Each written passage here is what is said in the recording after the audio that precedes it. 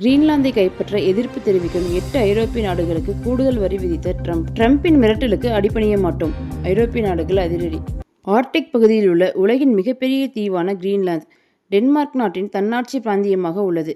இதற்கிடையே தேசிய பாதுகாப்பு காரணங்களுக்காக கிரீன்லாந்து அமெரிக்காவுடன் இணைக்கப்படும் என்று அமெரிக்க அதிபர் ட்ரம்ப் தெரிவித்தார். கிரீன்லாந்தை அமெரிக்கா கைப்பற்றவில்லை என்றால் ரஷ்யா அல்லது சீனா கிரீன்லாந்தை கைப்பற்றும் என்று ட்ரம்ப் கூறினார். இது தொடர்பாக டென்மார்க்குடன் பேச்சுவார்த்தை நடத்தப்படும் என்றும் உடன்பாடு ஏற்படாவிட்டால் இராணுவ நடவடிக்கை எடுக்கப்படலாம் என்றும் தெரிவித்தார். இதற்கு டென்மார்க் மற்றும் ஐரோப்பிய நாடுகள் கடும் எதிர்ப்பு தெரிவித்து வருகின்றன. இதற்கிடையே கிரீன்லாந்தை அமெரிக்காவுடன் இணைப்பதற்கு எதிர்ப்பு தெரிவிக்கும் நாடுகள் மீது கூடுதல் வரி விதிக்கப்படும் என்று ட்ரம்ப் எச்சரிக்கை விடுத்தார். அதன்படி 8 ஐரோப்பிய நாடுகளுக்கு 10% புதிய வரியை ட்ரம்ப் அறிவித்துள்ளார். இது தொடர்பாக அவர் தனது ட்ரூத் சமூக வலைதள பக்கத்தில் கூறியதாவது: நாம் பல ஆண்டுகளாக டென்மார்க் மற்றும் ஐரோப்பிய ஒன்றியத்தின் அனைத்து நாடுகளுக்கும் மற்ற நாடுகளுக்கும் அவர்களிடம் எந்தவிதமான வரிகளையும் அல்லது வேறு எந்தவிதமான கட்டணங்களையும் வசூலிக்காமல் மானியம் வழங்கி வருகிறோம். இப்போது பல நூற்றாண்டுகளுக்கு பிறகு டென்மார்க் திருப்பி செலுத்த வேண்டிய நேரம் வந்துவிட்டது.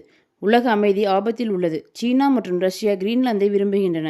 அதை தடுக்க டென்மார்க்கால் எதுவும் செய்ய முடியாது. அமெரிக்காவின் வசம் இருந்தால் மட்டுமே இந்த புனிதமான நிலப்பகுதியை யாரும் தொடமாட்டார்கள். உலக அமைதி மற்றும் பாதுகாப்பை பாதுகாக்க இந்த அபாயகரமான சூழ்நிலை விரைவாகவும் சந்தேகத்திற்கு இடமின்றி முடிவுக்கு வர வலுவான நடவடிக்கைகள் எடுக்கப்பட வேண்டியது கட்டாயமாகும். எனவே கிரீன்லாந்தை அமெரிக்காவுடன் இணைப்பதற்கு எதிர்ப்பு தெரிவிக்கும் Denmark, England, France, Germany, Norway, Sweden, Netherlands, Finland ஆகிய 8 நாடுகளின் பொருட்களுக்கு பிப்ரவரி மாதம் முதல் கூடுதலாக 10% இறக்குமதி வரி விதிக்கப்படும். அமெரிக்காவால் கிரீன்லாந்தை முழுமையாக வாங்குவதற்கான எந்த ஒப்பந்தமும் எட்டப்படாவிட்டால் ஜூன் 1ஆம் தேதி முதல் வரி விகிதம் 25% உயரும். கிரீன்லாந்தை முழுமையாகவும் மொத்தமாகவும் வாங்குவதற்கான ஒரு ஒப்பந்தம் எட்டப்படும் வரை இந்த வரி செலுத்தப்பட வேண்டும். இந்த நாடுகள் அறியப்படாத நோக்கங்களுக்காக கிரீன்லாந்திற்கு பயணம் செய்துள்ளன. அவை மிகவும் ஆபத்தான விளையாட்டை விளையாடுகின்றன. கிரீன்லாந்தை சொந்தமாக்க அமெரிக்கா 150 ஆண்டுகளுக்கு மேலாக முயற்சித்து வருகிறது. டென்மார்க் மற்றும் இந்த நாடுகளில் ஏதேனும் ஒன்றுடன் பேச்சுவார்த்தை நடத்த அமெரிக்கா தயாராக உள்ளது. இவ்வாறு அவர் கூறினார். இந்த நிலையில் அமெரிக்க அதிபர் ட்ரம்புக்கு எதிரான கிரீன்லாந்தில் மக்கள் பேரணி நடத்தினர். இதில் ஆயிரக்கணக்கானோர் கலந்து கொண்டனர். அப்போது அவர்கள் தேசிய கொடியை அசைத்தபடி கிரீன்லாந்து விற்பனைக்கல்ல என்று முழக்கமிட்டனர். 10% வரி விதிப்பு ட்ரம்பின் மிரட்டலுக்கு பணிய மாட்டோம். ஐரோப்பிய நாடுகள் அதிரடி.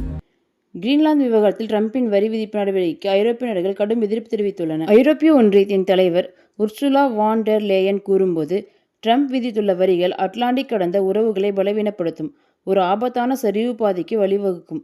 ஐரோப்பா ஒற்றுமையுடனும் ஒருங்கிணைப்புடனும் தனது இறையாண்மையை காப்பதில் உறுதியுடனும் இருக்கும் என்றார். பிரான்ஸ் அதிபர் இமானுவேல் மேக்ரான் கூறும்போது, வரி அச்சுறுத்தல்கள் ஏற்றுக்கொள்ள முடியாதவை. இந்த சூழலில் அவற்றுக்கு இடமில்லை.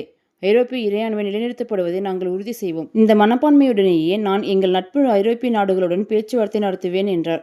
இங்கிலாந்து பிரதமர் ஸ்டார்மர் கூறும்போது, நேட்டோவின் கூட்டு பாதுகாப்பிற்காக செயல்படும் நட்பு நாடுகளின் மீது வரிகளை விதிப்பது முற்றிலும் தவறானது. இது குறித்து நாங்கள் நிச்சயமாக அமெரிக்க நிர்வாகத்துடன் நேரடியாக பேசுவோம்.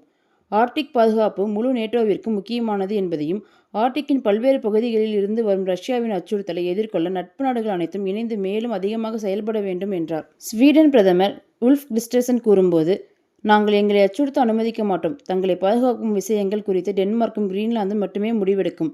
நான் எப்போதும் என் நாட்டையும் எங்கள் நட்பு அண்டை நாடுகளையும் பாதுகாப்பேன் என்றார். இதற்கிடையே ட்ரம்பின் வரி விதிப்பு நடவடிக்கை தொடர்பாக விவாதிக்க நேற்று ஐரோப்பிய ஒன்றியத்தின் 27 நாடுகள் அவசர கூட்டம் நடைபெற்றது குறிப்பிடத்தக்கது.